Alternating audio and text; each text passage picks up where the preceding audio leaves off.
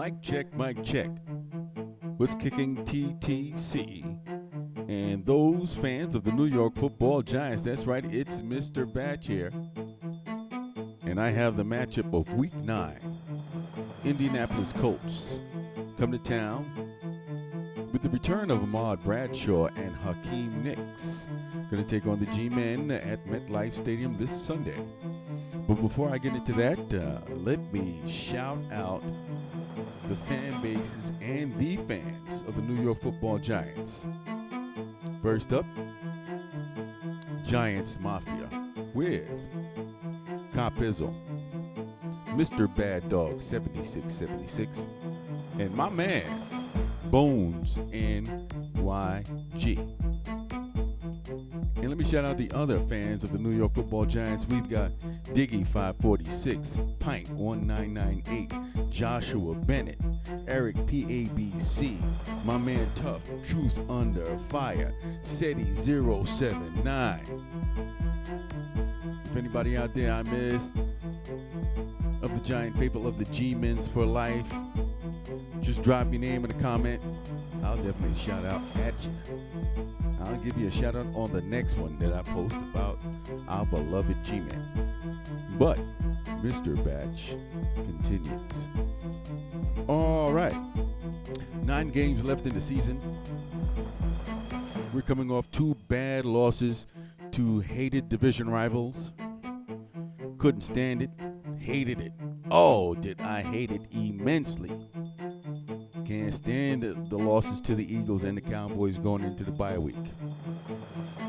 You know, something to stew and think about in the off time.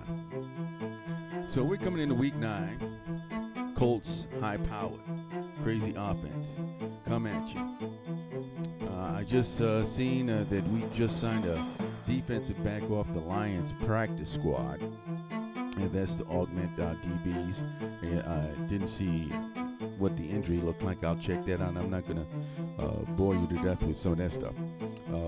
What my assessment of the team is, I think we're ready. We're good to go, because I was reflecting on 2007 when we took the chip.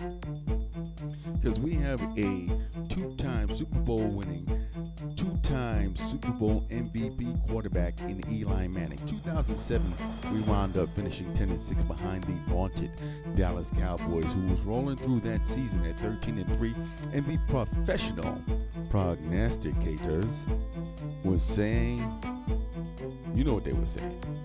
But you know what happened? In 2007, we did what the tuna.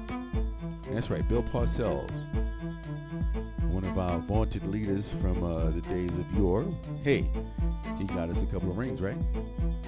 Get to the tournament, and it's a whole different story. Yes, we did. 2007, we got to the tournament as a wild card, ran through it on the road, and of course, we took down the Cowboys in the division game.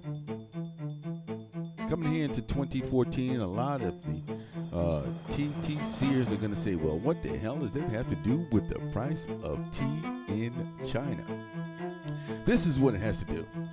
Back in 2007, Coach Coughlin had a shirt that the crew wore up underneath, "Talk is cheap, play the game." We did our trash talking, the team that is. Us TTC members are going to pick up the mantle and keep running with it for our beloved G-Men. And they said, talk is cheap, play the game. So now he's got them focused. Those 2 losses coming into the bye week to the Eagles and the Cowboys will have us focused, because right now it's next man up. Cruz is down. Beeson is down. Jennings went down. DRC is a little nicked up. I think that's probably why they signed their defensive back today. But I like the team, like the way they look. I like the way they can operate. I went to the training camp, took in one of the training camp sessions with my man Henry Conga, 58, and I got a first-hand look at the wide receiver core. Pretty good kids. Next man up, as the saying goes. And we have tight end by committee. I would have preferred just one tight end, but hey, if you got a couple of pieces and stick them in situations, yes, let's go for it. JPP has looked very well this year. You know, coming into this season, everybody's like, yo, this is not going to function. You know, you got a new offense, got a whole bunch of new faces, places, people, you know, the whole shebang changed up.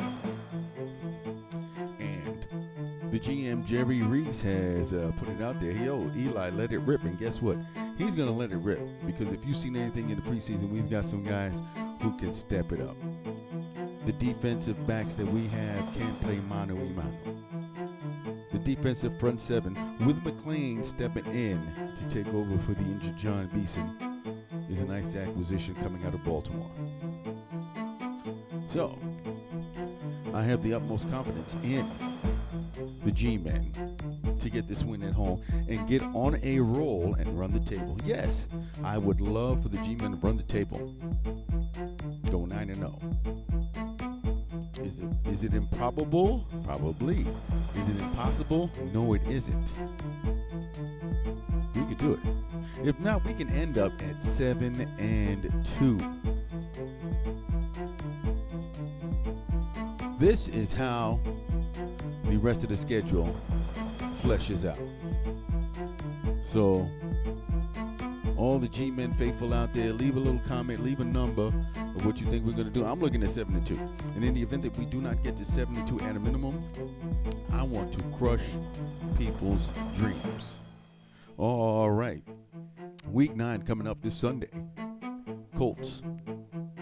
Week 10. Go on the road to play the defending Super Bowl champions, the Seattle Seahawks. Week 11. At home, taking on another powerful NFC West opponent in the 49ers. Week 12, at home. Man, oh man, we got the hated Cowboys at home, week 12. Week 13, we're on the road to the Jaguars. There's been a Jaguar fan up on my channel. They're kicking it. So that's going to be a fun week, kicking it with that Jaguar fan for week 13. Week 14, we're on the road again against the Titans. We come home for week 15, and we're going to play Washington. Week 16, go on the road to play the St. Louis Rams. And to close out the season, week 17, we have the Philadelphia Eagles. So, the G-Men faithful, leave a comment. One team, one goal, one love. I'm out. Mr. Batch.